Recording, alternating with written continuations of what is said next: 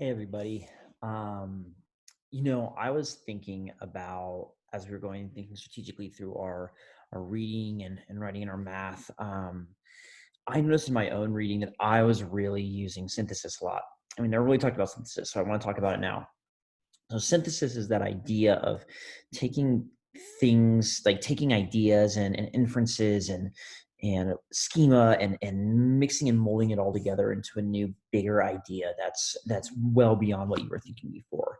Um, and that can show up in a lot of different ways. A lot of times it's putting these things into a big idea that then comes out as this idea that's changing you. It's this bigger thought. Sometimes it's just this bigger thinking about a character in a book. Sometimes it's all these different things.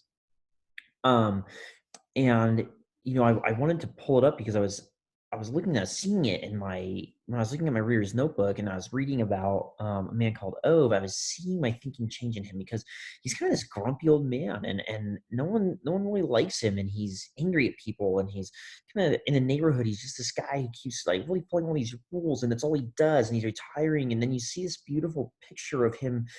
He's talking to his wife and saying, "It's not fair that you're not here and I'm here all alone." And he puts his hand on her big shoulder. And I'm like, this is kind of weird language. I'm really confused what's happening here.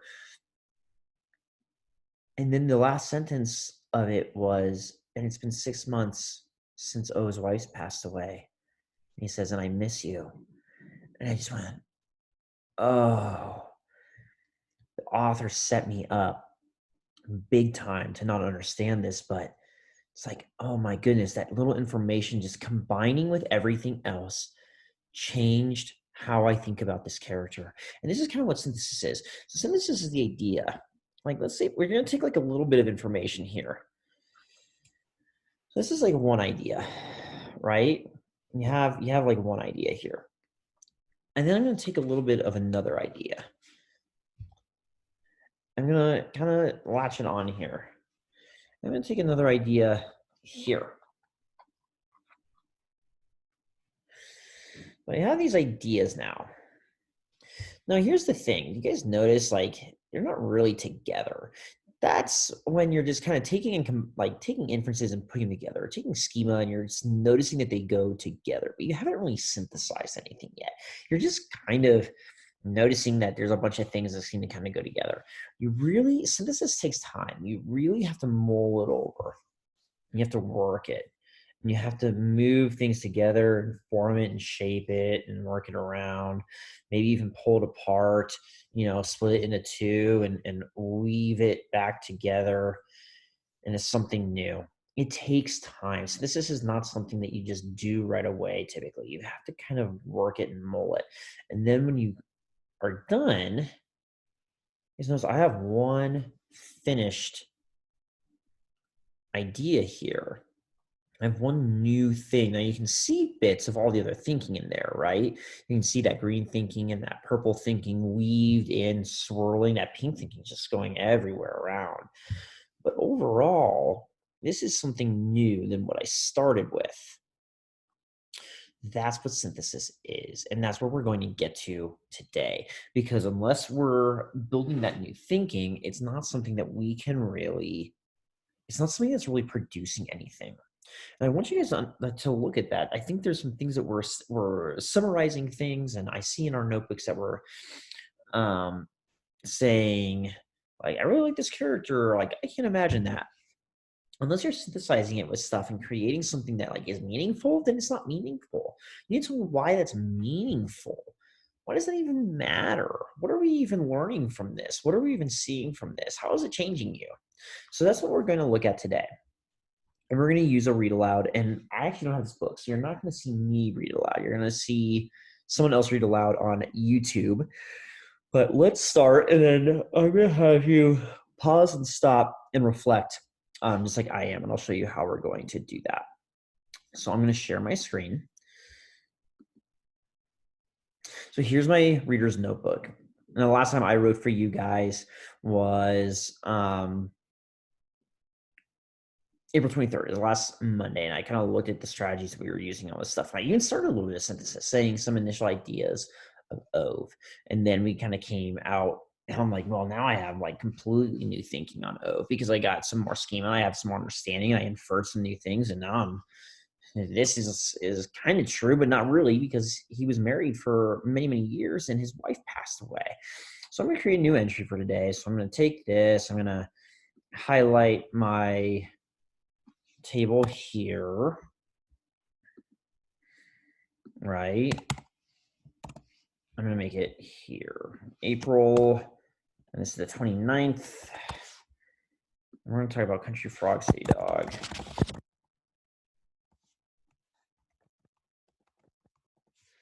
Okay, and then I'm going to fill out these page numbers. So 1, 2, 8, 7 pages.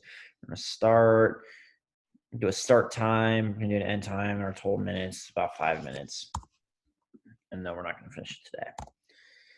So here's what I want you to build. I'm gonna have you guys kind of build this, and I want you to start. The reason I'm not just building it and giving it to you is because I want you to learn how to use a lot of these tools on your own. I want you to try doing some of these things. Unfortunately, in this, normally I just do it in a notebook. It's super easy. We're not in a notebook. I see a lot of teachers and they're building these crafting lessons. They're using up their notebooks and showing you the students and all that stuff, which is great. But right now, you guys aren't using a notebook. I'm making it so you kind of have to be digital with this and make it right, which is frustrating, I know, for all of us. I don't really like digital. I think it's so impersonal. I don't get the same effect and feeling and thinking from a digital document that I do from writing in a notebook, but that's okay. So hop into tools. I'm sorry, I'm hop in insert. I'm going to table. I want a 5 grid table.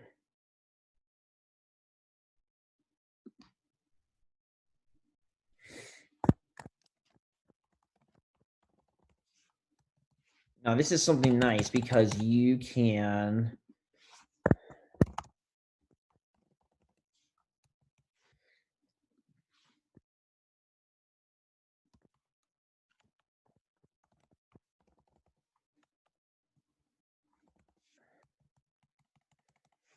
build this yourself.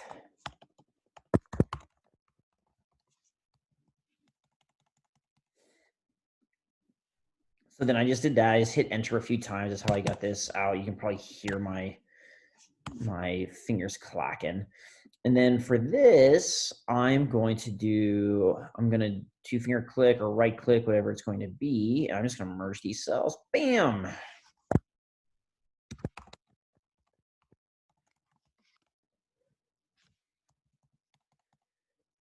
And that's it. Now, if you want to go into my notebook, if this is really hard for you to make and you want to go into my notebook and you just want to highlight and copy and paste into yours, by all means. If you just want to say, at first I thought, and write about all the things you're thinking about your book, that works too. I like setting it up like this just because I can watch my thinking change. So I would copy this in my notebook every day.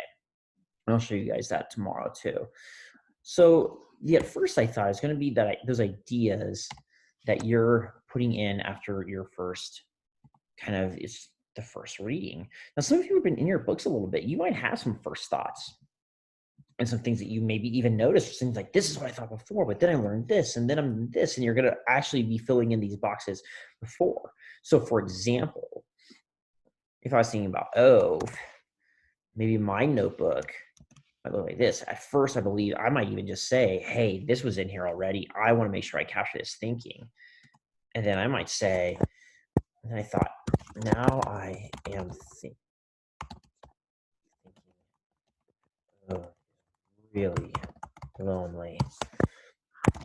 When I learned, I'm highlighting my schema. I'm not just saying this. This is not enough in synthesis. This is not enough. I'm saying when I learned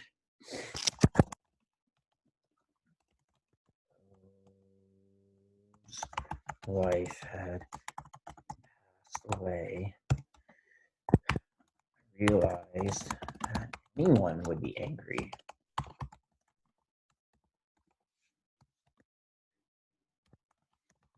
Could his neighbors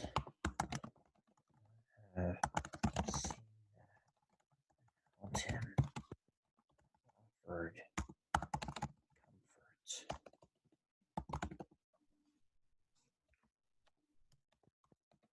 Anything.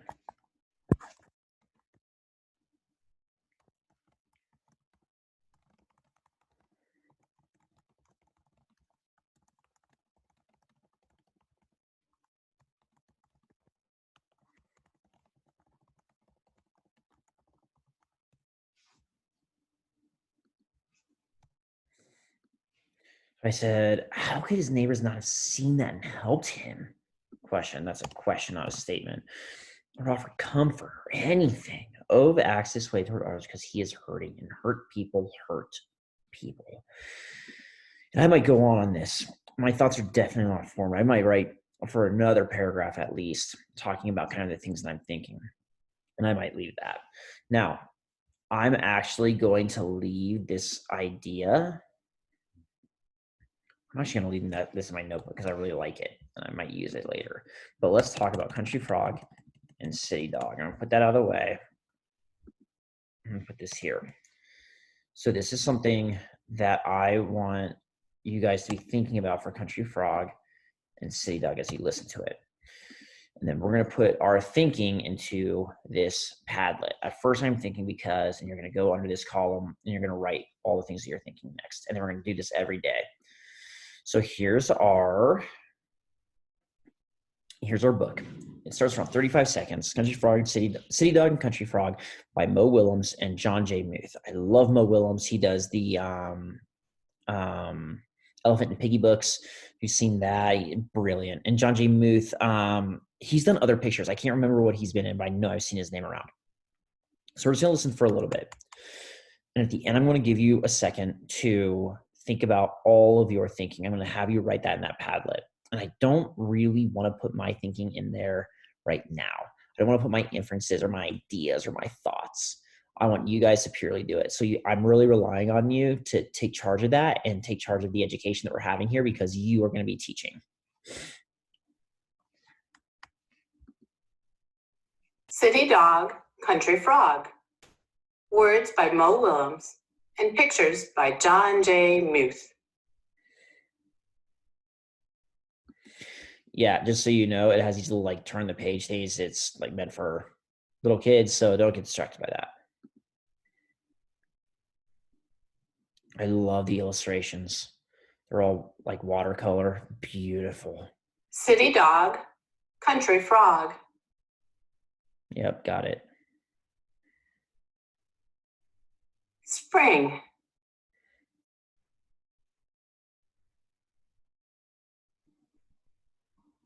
City Dog didn't stop on that first day in the country. He ran as far and as fast as he could, and all without a leash. I gotta pause it here. These illustrations are gorgeous. It's worth taking the time just to sit and pause my video and just look at them and read the words and bring that in and think about who Country Dog is, who City Dog is, and what he's thinking right now and inferring all these things about him as a character. I'm just so excited. It's so cool to see.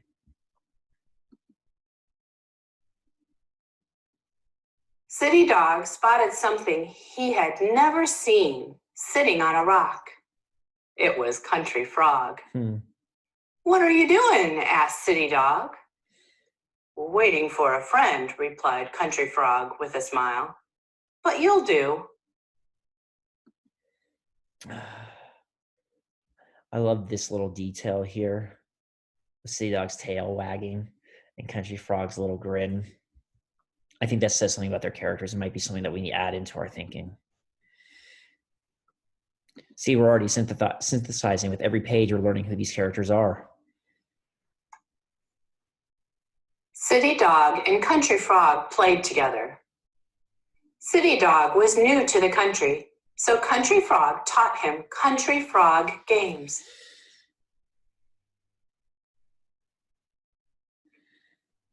Country Frog's games involved jumping and splashing and croaking.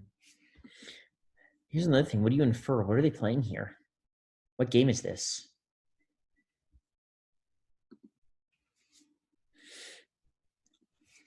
That was spring. And we're going to stop there.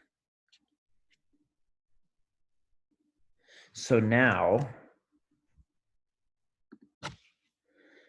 we're going to go into our Padlet. And here's what I want you to do today. At first, I'm thinking so in the title, I want you to write your name down below.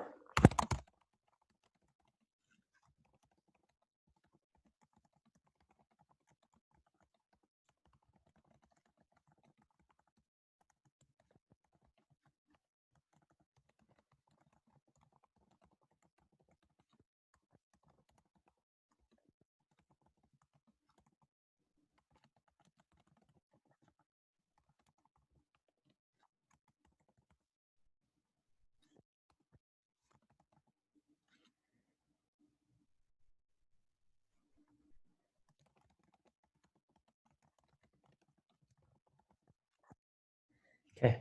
And I wrote my thinking, what I think it is, what I think is going to happen, maybe some inferences, maybe some schema. I went and I backed it up. You guys notice it's like a few sentences, a couple sentences. It's like fairly long. It's not just like one word, like nice, good book, great.